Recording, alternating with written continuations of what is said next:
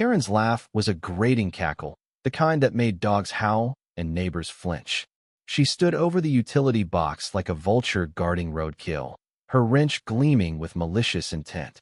It was a sweltering Tuesday evening in Willow Creek, and the air was thick with tension as Karen, the self-appointed queen of the HOA, decided my house didn't deserve water. The reason? My lawn was too brown for her pristine neighborhood standards.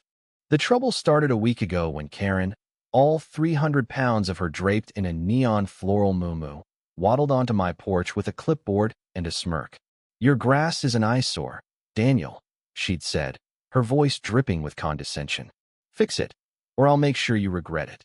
I was a single dad, juggling 2 jobs and a 7-year-old daughter, Lily, who thought watering the lawn was boring. My sprinklers had been broken for weeks, and I hadn't had time to fix them. Karen didn't care about explanations. To her, my patchy lawn was a personal insult, a blemish on her vision of suburban perfection. I tried reasoning with her. "Karen, I'm working on it. Give me a week." Her eyes narrowed, and she jabbed a manicured finger at me. "1 week, or I'll handle it myself."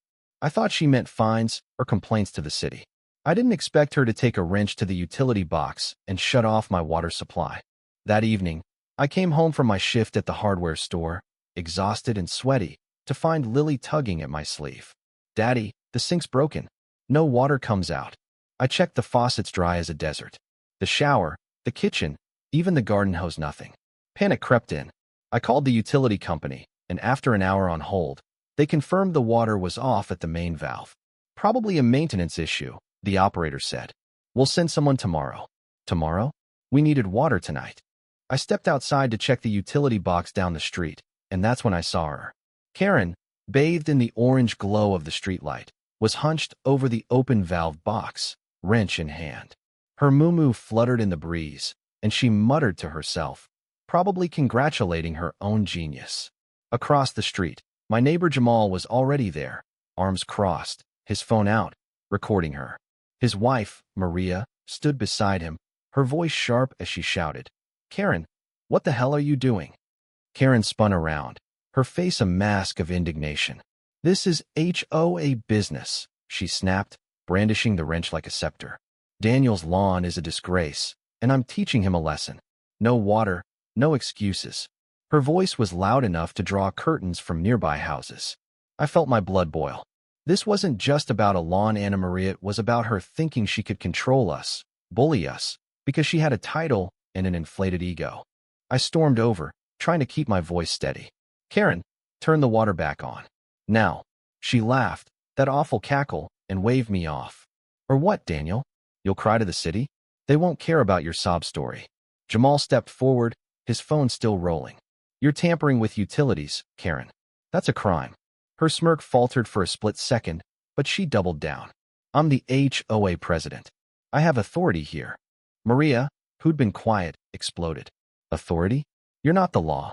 You're just a nosy, power-hungry busybody." The words hit like a slap, and Karen's face turned beet red. She pointed the wrench at Maria. "Watch your mouth, or I'll have your house cited for those tacky lawn gnomes." It was absurd, almost comical, but the threat in her voice was real. She thought she was untouchable.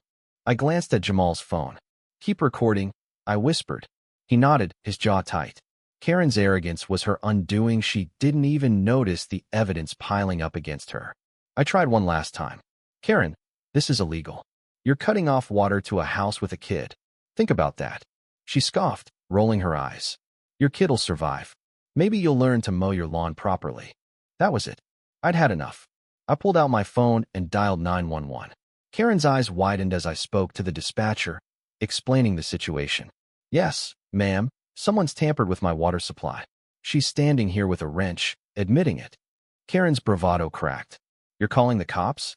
Over this?" she shrieked, but her voice trembled. She hadn't expected resistance. She thought we'd all just bow to her. Within 10 minutes, a patrol car rolled up. 2 officers, a tall woman with a no-nonsense ponytail and a stock 26777B6 from Cleveland, Ohio. A quiet, middle-aged man with a clipboard stepped out. Karen was still standing by the utility box, clutching her wrench like a guilty child caught stealing cookies. The female officer, Officer Reyes approached, her expression stern. "Ma'am, step away from the valve." Karen sputtered, trying to charm her way out, but Officer Reyes wasn't having it. Her partner, Officer Chun, checked the valve and confirmed it had been manually shut off. As they questioned her, Karen's story unraveled. She claimed she was inspecting the valve for the HOA, but Jamal's video, now uploaded to the cloud, showed her deliberately turning it off. The officers exchanged a look. "Ma'am, utility tampering is a criminal offense," Officer Reyes said, her voice calm but firm. "You're looking at potential charges." Karen's face went pale, her usual bluster gone. She stammered, "I didn't know, I was just enforcing the rules." The neighbors gathered, drawn by the flashing lights. Mrs. Thompson, the retired librarian, whispered to me, "She's been terrorizing us for years. This is justice." I nodded, thinking of all the petty fines, the snide letters, the endless HOA meetings where Karen lorded over everyone. She'd made enemies, and now they watched her downfall. The officers turned my water back on, and the sound of it rushing through the pipes felt like a victory. Karen was issued a citation for tampering with public utilities, a misdemeanor, but enough to make her think twice. As they escorted her to the patrol car for questioning, she was still muttering about her authority. The crowd didn't cheer, but you could feel the quiet satisfaction. Back home, Lily was ecstatic, splashing water from the sink like it was a miracle. I sat her down and explained why we'd been without water. "Is Karen in trouble now?" she asked, her eyes wide. I nodded. "Sometimes, people who act mean get what's coming to them." She grinned, and we celebrated with ice cream. The lawn's still brown, but our spirits high. The next HOA meeting was a revelation.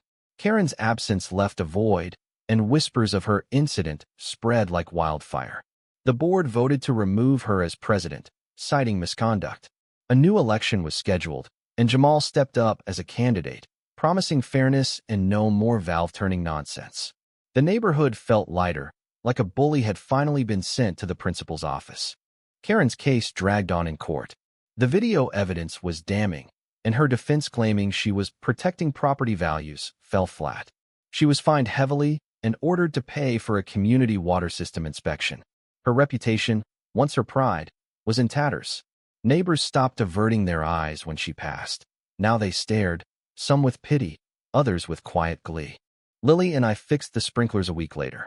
The lawn's greener now, but more importantly, we've got peace. Karen's still around, but she keeps her head down, her moo-moo less vibrant, her cackle silenced. The neighborhood isn't perfect, but it's ours again.